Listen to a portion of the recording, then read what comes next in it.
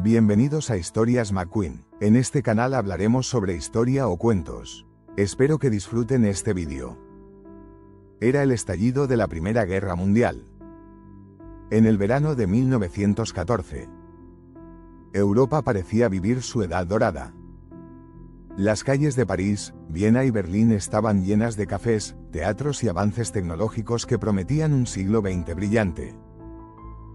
Los automóviles rugían por avenidas recién empedradas, el telégrafo unía continentes, y el avión, ese nuevo prodigio del ingenio humano, desafiaba los cielos.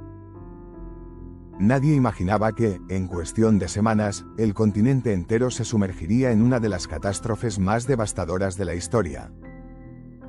La Primera Guerra Mundial no comenzó de un día para otro. Fue el resultado de décadas de tensiones acumuladas, de rivalidades imperiales, de alianzas tejidas con hilos frágiles y de nacionalismos que ardían como brasas bajo la superficie. Todo comenzó con un disparo, pero las balas venían cargadas desde mucho antes. El tablero europeo antes de la tormenta a comienzos del siglo XX, Europa era una red de alianzas complejas. Por un lado, estaba la Triple Entente, formada por Francia, Rusia y Gran Bretaña. Por el otro, la Triple Alianza, integrada por Alemania, Austria, Hungría e Italia. Estas coaliciones buscaban mantener el equilibrio, pero en la práctica crearon un sistema tan tenso que cualquier chispa podía hacerlo estallar. Alemania, joven y ambiciosa, había unificado su territorio apenas en 1871 y aspiraba a tener su lugar bajo el sol. Su pujante industria y su poderosa armada la enfrentaban directamente con el Reino Unido, que veía amenazada su supremacía naval y comercial. Francia, por su parte, no había olvidado la humillación de la guerra franco-prusiana, cuando perdió Alsacia y Lorena ante los alemanes. Mientras tanto, el Imperio austrohúngaro se debilitaba, acosado por los movimientos nacionalistas en los Balcanes, una región conocida como el polvorín de Europa. Los Balcanes, una mecha encendida. En el sureste europeo, el antiguo Imperio otomano se desmoronaba, y sus antiguos territorios se disputaban entre pequeños estados ansiosos de independencia o expansión. Serbia emergía como un actor decidido, respaldada por Rusia, que se veía a sí misma como la protectora de los pueblos eslavos. Austria-Hungría veía con preocupación el crecimiento del nacionalismo serbio. En ese clima, el 28 de junio de 1914, el archiduque Francisco Fernando, heredero del trono austrohúngaro, visitó Sarajevo, la capital de Bosnia, territorio anexionado por su imperio en 1908. Lo que parecía un acto ceremonial se convirtió en tragedia. Gavrilo Princip, un joven nacionalista serbio miembro del grupo Mano Negra, disparó 2 veces y mató al archiduque y a su esposa, Sofía. Aquellos disparos no solo asesinaron a un heredero, sino que encendieron la mecha de una guerra mundial. El efecto dominó a Austria-Hungría, con el apoyo de Alemania, lanzó un ultimátum a Serbia el 23 de julio de 1914. Las condiciones eran tan duras que equivalían, en la práctica, a una rendición. Serbia aceptó casi todo, pero rechazó una cláusula que violaba su soberanía. Fue suficiente. El 28 de julio, Austria declaró la guerra a Serbia. Rusia, aliada de Serbia, comenzó la movilización de su ejército. Alemania, fiel a Austria, declaró la guerra a Rusia el 1 de agosto, y 2 días después a Francia. Para atacar a los franceses rápidamente, los alemanes invadieron Bélgica, un país neutral. Ese acto provocó que Gran Bretaña entrara en la guerra el 4 de agosto. En menos de una semana, Europa se precipitó al abismo. Una curiosidad: en las calles de Berlín y París, las multitudes celebraban. Muchos creían que la guerra duraría poco, que sería una aventura gloriosa que terminaría antes de Navidad. Nadie podía imaginar los 4 años de pesadilla que estaban por comenzar. El Plan Schlieffen y la guerra moderna. El alto mando alemán puso en marcha el Plan Schlieffen, una estrategia concebida años antes para evitar una guerra en 2 frentes. La idea era derrotar rápidamente a Francia atravesando Bélgica y luego volverse contra Rusia, que se movilizaba más lentamente. Pero el plan, que parecía tan perfecto sobre el papel, fracasó ante la feroz resistencia belga y la rápida respuesta aliada.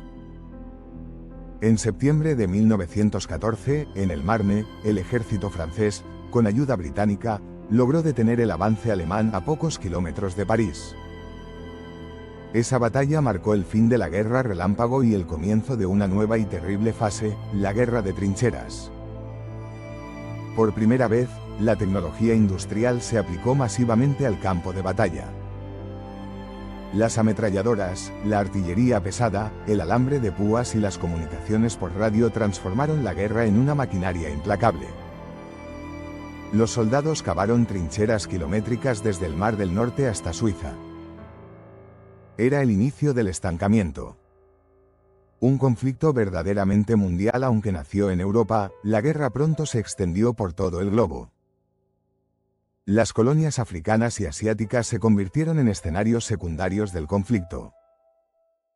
Japón, aliado del Reino Unido, atacó las posesiones alemanas en el Pacífico. En África, tropas coloniales francesas y británicas combatieron a los alemanes en territorios que pocos europeos sabían ubicar en un mapa. Incluso América Latina sintió los efectos del conflicto. Países como Argentina y Chile mantuvieron su neutralidad, pero aprovecharon la guerra para expandir sus exportaciones de carne y cereales. Brasil, en cambio, entró en guerra en 1917 tras ataques alemanes a sus barcos mercantes, enviando una pequeña fuerza naval al Atlántico. Propaganda, censura y fervor patriótico. Otra característica moderna fue la propaganda. Los gobiernos movilizaron no solo ejércitos, sino también emociones. Carteles, periódicos y cine se convirtieron en armas psicológicas. Se demonizó al enemigo, se exaltó el patriotismo y se glorificó el sacrificio. En Alemania se vendían postales con caricaturas de soldados aliados, en Inglaterra, se difundían historias, muchas falsas, sobre atrocidades cometidas en Bélgica para inflamar el odio público. La censura controlaba las malas noticias.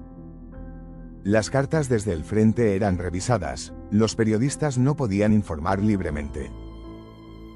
En casa, la gente seguía creyendo que la victoria estaba cerca, mientras en el frente los soldados vivían un infierno. El cambio del mundo. El estallido de la Primera Guerra Mundial marcó el fin de una era. El optimismo del siglo XIX, con su fe en el progreso, la ciencia y la civilización, se quebró bajo el estruendo de los cañones.